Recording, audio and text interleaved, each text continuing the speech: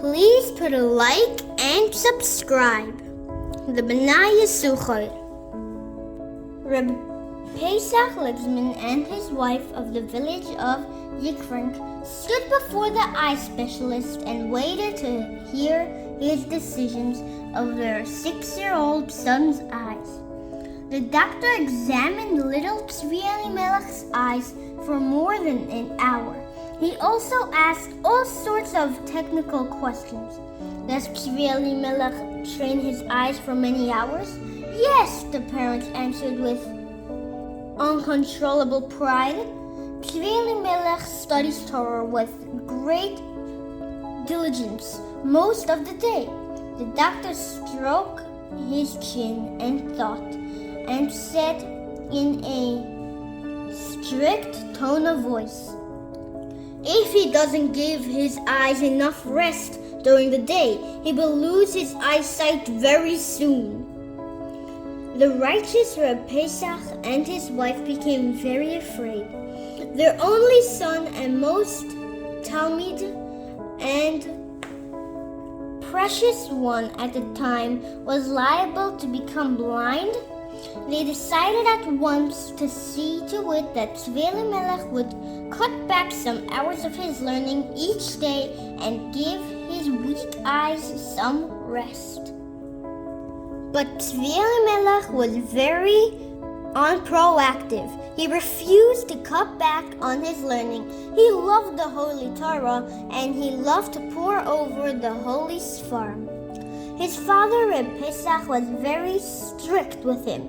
He hid the Sfarim and forced him to join his friends at play outside. Go out and play, my son, he begged. The doctor has warned us that the only way to allow your eyes to heal is if you give them some rest. Tzvi Elimelech knew that the Derech Eretz came before Torah, and he obeyed his father and went out to play.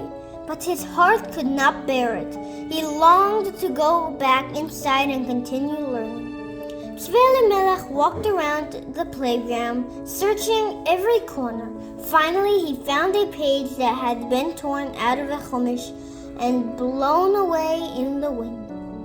At that moment, there was no child as joyful as he.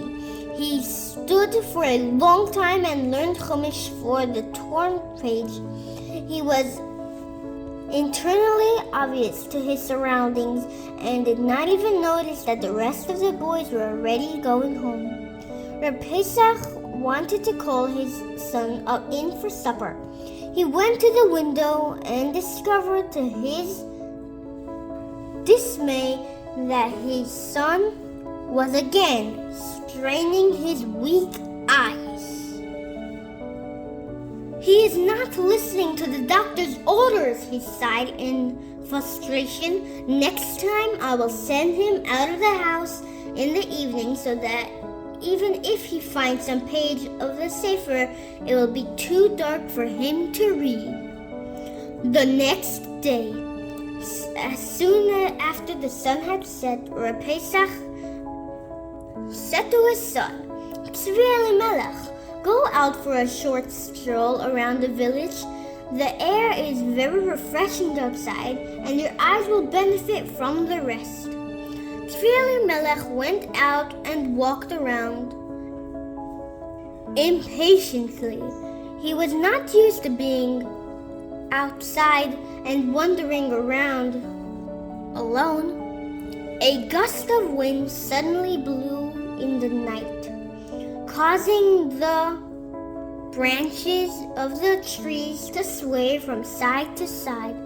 Suddenly, Tzvi Elimelech noticed a page flying in the wind. He laid right near him, and he saw that it was a torn page from a holy sefer. Tzvi Elimelech picked up the page and with much joy in his heart wandered in the dark streets while learning from the torn page. When it became too dark for him to see the words, he looked for a house that still had its lights on. Noach, the tailor, was still sitting at his table despite the late hour. He had a lot of sewing before the night's end. A small light from his room lit up in the yard. Tzvi Elimelech noticed it and stood near the window. He held the page up into the light and strained his eyes in order to be able to read the words. Several hours passed, and Reb Pesach began to worry. Where is Tzvi Elimelech? Why hasn't he come home yet? Reb Pesach decided to go out and look for his son. When he finally found him standing under the tailor's window learning from yet another torn page, he was shocked. I sent you out here in order to give your eyes some rest, he said in despair. And now you strain them even more? After bringing Tzvi Elimelech back home, he went out and walked through the village streets, deep in thought. He was trying to come up with a solution to his problem. With his son's eyes, suddenly he passed by a shed used for storing wood, and an idea came into his mind. I have the perfect solution, he said, and hurried home to share it with his wife. The next day, Reb Pesach and his wife went together to the side. They pushed all the tree trunks onto the side of the room and brought in a comfortable bed and a small table and chair and some food and drink. It looks just wonderful, exclaimed the mother in delight. Tzvi Elimelech will love it here. Reb Pesach went to get his son. Holding on to his hand, he brought him into the newly furnished strong room. Tzvi Elimelech looked how comfortable we have made this room, especially for you, he said. Your eyes must have the rest, yet you have not obeyed the doctor's orders. We have no choice, my dear son, but you keep you here for a few days so that you can rest and your eyes can have a chance to heal.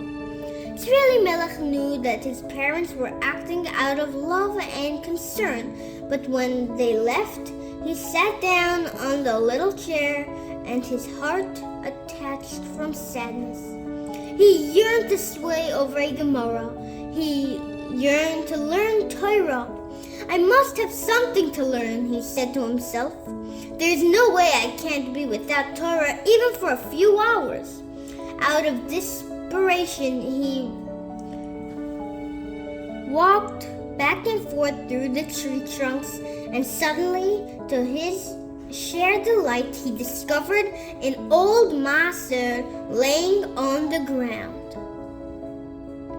Happy at last, Tzvi Elimelech sat down and learned all the tefillos of the Yom Noraim until he knew them by heart. Tzvi Elimelech was so determined to learn Torah that nothing was able to stop him. With each passing year, he became a greater Talmid Chacham until he became a very known Rav. Years later, when he became a Rebbe of many Hasidim, they always wondered during the Yom Noraim how it was possible that Reb Tzvi Elimelech knew all the long tefillos by heart.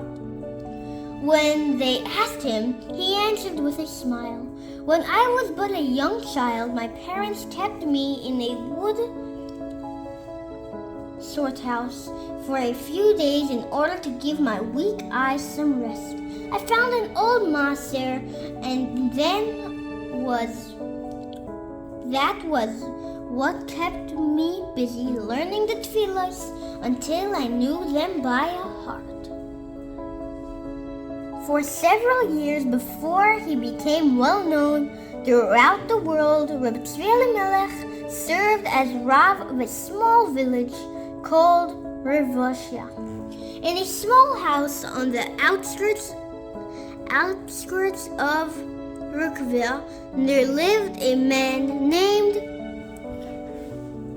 Icha and his wife Icha and his wife had been married for more than 20 years, yet they had still not been blessed with a child.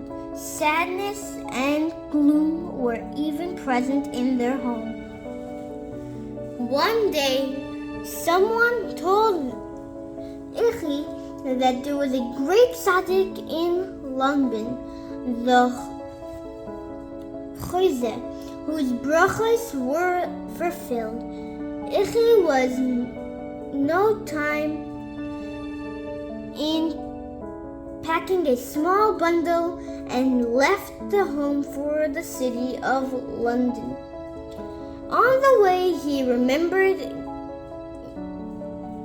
that before going to the Rebbe, it was customary to ask the Gabbai to write down the requests on a piece of paper, a kvittel, in exchange for the responsible sum of money. And then to go to the Rebbe with the kvittel. Ichi only had a few coins in his pocket, and so he decided to stop off in Rikvash to ask the Rav there to write the kvittel for him. Reb Tzvi Elimelech wrote Ichi's request on a kvittel, and he continued on his way.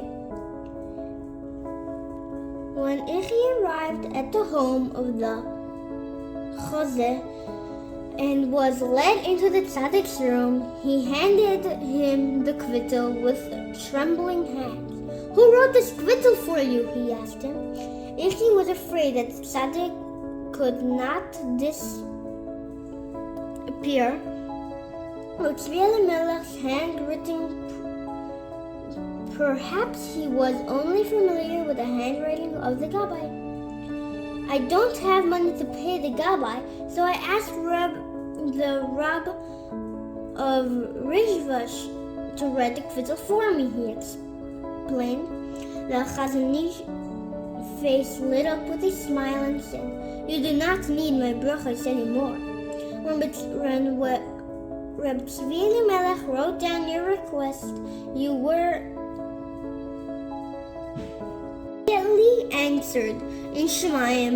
Reb Tzvi Elimelech is a great man, and his brachos are always fulfilled. Please go and tell him that I would like to meet with him. The journey to Rishvis passed by very quickly for the Ichi. He delivered the message to Reb Tzvi Elimelech, who quickly left for the city of London, eventually becoming a close talmid of the Chazach. After the passing of several of his great rabbis, Reb Tzvi Elimelech became the Rav of Dinov. Thousands of Hasidim flocked to the city of Dinov. He became famous for his sefer, the Bnai Yisasschar. On the 18th of Taivas, 1561, Reb Tzvi Elimelech passed away at the age of 58, leaving behind thousands of Hasidim in mourning. His son Reb David took his holy father's place in learning the people of Divov. May his merit protect all Am Yisrael. The end.